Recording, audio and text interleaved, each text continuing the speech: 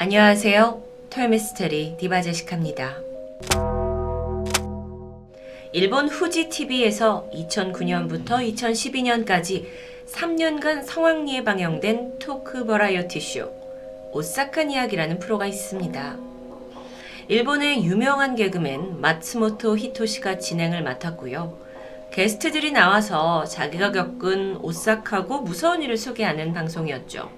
우리나라의 심야괴담회와 유사하다고 볼 수 있습니다. 이 프로는 나중에 DVD로 제작될 만큼 일본에서는 큰 인기를 얻었습니다. 공포 덕후인 저는 어떤 내용들이 있었는지 정말 너무 궁금한데요. 오늘은 이 시리즈 중에서 가장 반응이 뜨거웠던 2009년 7월 21일 방송된 한 에피소드를 다뤄보고자 합니다. 그날의 출연자였던 일본 개그맨 시마다 슈헤이. 그는 자신의 후배가 겪었던 일이라면서 기이한 사건 하나를 털어놓습니다. 그때로부터 9년 전인 2000년. 시마다는 평소 알고 지내던 개그맨 후배가 이사를 한다는 전화 한 통을 받게 돼요. 별 생각 없이 어디로 가냐 물었고 후배는 시모키타자와 라고 대답을 하는데요. 일본 도쿄에 있는 시모키타자와라는 지역은 이 젊은이들 사이에서 굉장히 살고 싶은 지역 1, 2위를 차지할 만큼 번화가고 또 부유한 동네로 유명합니다. 시마다는 의문이 들었죠? 후배는 아직 무명인데 분명 생활 형편이 넉넉지 않을 텐데 어떻게 이사를 고르고 하지? 그러면서 걱정이 앞서기 시작했습니다. 일본에는 사실 이사를 자주 가면 거지가 된다 라는 말이 있을 정도로 이사 비용이 만만치 않은데요.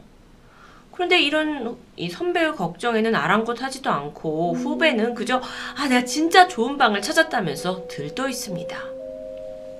그래서 들어보니까 진짜 나쁘진 않았습니다. 일본에서는 아파트라고 부르는 구조의 2층짜리 공동주택 이런 구조인데요.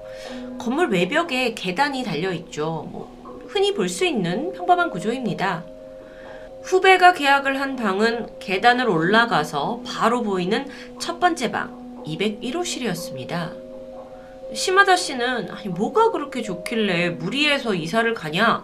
라고 후배한테 물었는데 알고 보니까 201호를 제외한 다른 방 월세는 100만 원이 넘습니다. 하지만 여기가 유일하게 8,200엔을 부른 거예요. 8,200엔은 9만 원 정도입니다.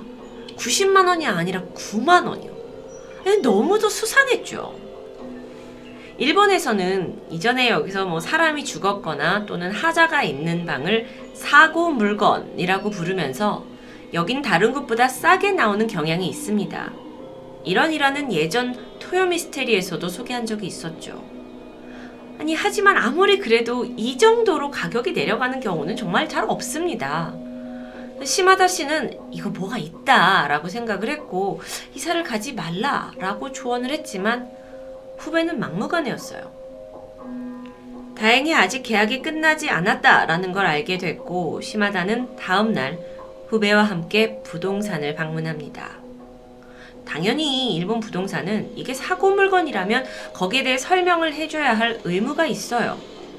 그리고 이 방이 왜 이렇게 월세가 싼지 들어봐야 했습니다. 부동산에 도착해서 다짜고짜 왜 월세가 이러냐, 이거 좀 이상한 것 같다 했죠. 그랬더니 부동산 직원 또한 맞습니다 하고 바로 인정합니다. 보통이라면 어떻게든 포장을 해서 계약을 성사시킬 텐데요. 그러면서 하는 이야기가 사실 이 방이 지난 1년간 4명이나 계약을 했을 만큼 인기가 많았다고 합니다. 그런데 다들 2주를 넘기지 못하고 짐을 빼버렸고요. 그 중에 3명은 아예 야반도주를 하듯 집을 뛰쳐나갔다고 해요. 더 충격적인 건 나머지 1명은 2주를 넘긴 뒤에 변사체로 발견되었다는 섬뜩한 이야기. 근데 더 이상한 게 있습니다. 그 변사체의 사인, 아무도 없는 집에서 질식사를 당하고 사망한 거예요. 자살의 흔적이 보이지 않았고 강도가 침입한 흔적도 없었습니다.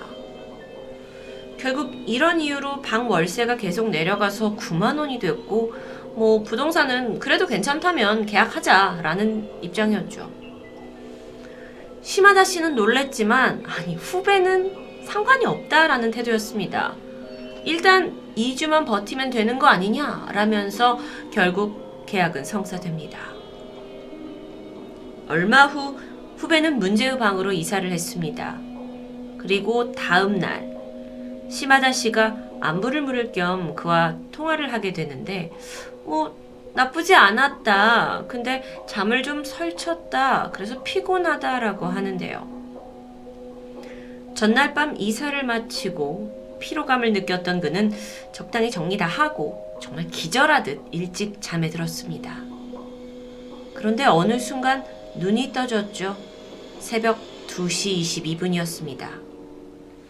다시 잠을 자보려고 하는 순간 창문 바깥쪽 골목에서 어린아이들의 뛰어노는 소리가 들렸습니다. 어라? 새벽 2시인데? 이상해서 창문을 여는 순간 그 소리는 뚝 멈췄죠. 다시 창문을 닫으면 저 멀리서 아이들의 소리가 들리는 것 같습니다. 근데 한참을 그러다 갑자기 캉! 하는 이 날카로운 금속 소리가 들리더니 곧이어 소음도 사라졌어요. 뭐 이게 아주 오랜 시간 지속된 건 아니었기 때문에 곧이어서 그도 잠이 들었죠.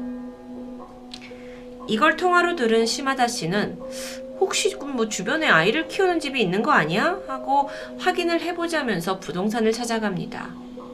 그런데 이 자초지종을 들은 부동산 직원이 사실 전부 다 말하지 못한 게 있다라면서 또 다른 이야기를 들려줘요. 여러분, 일본의 공동주택 대부분은 계단의 수가 14개라고 합니다. 아주 드물게 계단이 13개인 곳이 간혹 있는데 이런 건물은 어딘가 위험하다라고 믿는 부동산 업계의 미신 같은 게 있죠. 그 부동산 직원이 알고 있는 13개짜리 계단 건물은 딱 2채입니다. 그리고 그중 하나가 지금 후배가 살고 있는 바로 그 건물이었죠. 시마다와 후배가 다시 집에 갔어요. 계단을 세어봤더니 정말 13개였습니다. 좀 찝찝하니까 너 이거 이사 가라 라고 얘기를 하지만 후배가 뭐라고 하냐면 이런 곳에 살다가 나중에 뭐 공포방송 같은 거 나갔을 때 이야기거리가 되지 않겠냐 라면서 고집을 부렸죠. 그리고 그날 밤 그는 또다시 새벽 2시 22분에 눈이 떠졌습니다. 밖에서는 아이들의 소리가 들려왔어요. 근데 이번에는 캉캉 하는 이 금속 소리가 2번이나 들려온 후에 소음이 멈추게 됩니다. 그리고 순간 이 후배는 이 쇳소리의 정체를 깨닫게 돼요. 누군가 철제 계단을 올라오고 있는 소리였습니다. 자, 그러면 이 후배가 추측을 해본다면 첫째 날은 첫째 계단, 둘째 날은 2번째 계단, 그럼 계단이 13개니까 14일째 되는 날에는 2층까지 올라온다는 얘기가 되겠죠. 그래서 부동산에서 아무도 2주를 못 넘겼다고 한 이유가 이게 점점 납득이 되는 겁니다. 와, 이거 어쩌지? 하지만 후배는 자기가 뱉은 말이 있어서였는지 일단은 더 버텨보기로 했는데요. 3일째, 7일째, 11일째 소름 돋게도 철제 계단을 올라가는 소리는 예상대로 올라갔고요. 후배 또한 점점 조이는 듯한 공포를 느끼게 되죠. 이게 오히려 지금 당장 눈앞에 벌어지는 일이 아니라 곧 다가올 거다, 이쪽으로 올 거다라는 그 두려움을 견뎌내야 했습니다. 그리고 드디어 13일째 시마다에게 전화가 걸려왔어요. 후배였는데요. 다급한 목소리였죠. 정체불명의 누군가가 계단을 올라오고 있고 이게 매일 1개씩 늘어날 거다라는 예상을 뒤엎은 일이 있었다고 말하는데요. 어젯밤 후배는 새벽 2시 22분에 눈을 떴습니다. 그리고 이번엔 몇 명인지도 모를 만큼 수많은 성인들의 발자국 소리가 단체로 두두두두두 뛰어 올라오는 소리가 났어요. 그리고 곧이어 누군가 밤새도록 자신의 대문을 두들겼죠. 너무도 소름 끼치는 경험이었습니다. 후배가 완전히 정신이 나간 듯이 뭐라고 말을 하냐면 14일째 되는 내일 새벽이 되면 누군가 우리 집으로 들어와서 나를 죽일 것 같다 라고 말하는데요. 시마다 씨는 후배 3명을 더 불렀습니다. 그리고 다 같이 그 후배 집으로 가가지고 짐을 싸주면서 이사하자. 근데 이때 후배는요, 극도의 불안감을 느끼면서 집안에서 약간 좀 힘들어하고 있었다고 해요. 그래서 시마다가 네 마음이라도 좀 진정시켰으면 좋겠다 하면서 근처 있는 신사에 가서 부적을 사가지고 집안 곳곳에 붙여주기까지 했죠. 저녁 7시가 됐습니다. 어느덧 이삿짐은 어느 정도 다 쌌고 다들 긴장이 풀린 채 선후배들끼리 농담도 하면서 느긋하게 이사를 마무리하고 있었죠. 그러던 중 갑자기 팍 하는 소리와 함께 집안 전체 전기가 나가버렸습니다. 왜 순간 전기가 나가면 아무것도 안 보이게 되잖아요. 암흑 상태예요. 근데 여기서 두꺼비 집의 위치를 아는 건 집주인 후배. 시마다랑 다른 사람들이 야 가서 좀 켜봐 하고 이름을 외쳤지만 이상합니다. 아무런 기척이 들려오지 않아요. 근데 그 사이에 이 암흑 속에서 다들 어둠에 눈이 익게 되고 시야에 차차 방 안의 윤곽이 들어옵니다. 그 순간 바닥에 웅크려서 괴로워하고 있는 후배가 발견되죠. 근데 이게 심상치 않아요. 뭐가 아픈 것도 아니고 막 되게 힘들어하고 숨을 못 쉬는 것 같아요. 그래서 시마다하고 이랑이 일단 그를 업고 밖으로 나왔어요. 보니까 더욱더 상태가 좋지 않습니다. 신고를 했고 잠시 후에 구급차가 도착을 했고요. 병원으로 옮겨간 후 정말 놀라운 진단을 받게 되는데요. 이 후배의 기도에 뭔가 막혀 있다는 거예요. 응급처치를 했고 정말 다행히 그걸 제거하게 되는데 기도를 막고 있던 그것은 방 안에 붙여두었던 부적들입니다. 심지어 이 여러 부적들이 인간의 힘으로는 불가능할 정도로 꽉 압축이 돼서 조그맣게 만들어진 채 후배의 기도를 막고 있었던 것이죠. 만약 그때 시마다와 후배들이 없었다면 그는 질식사로 목숨을 잃었을 수도 있을 겁니다. 어라? 질식사 이거 어딘가 익숙한데.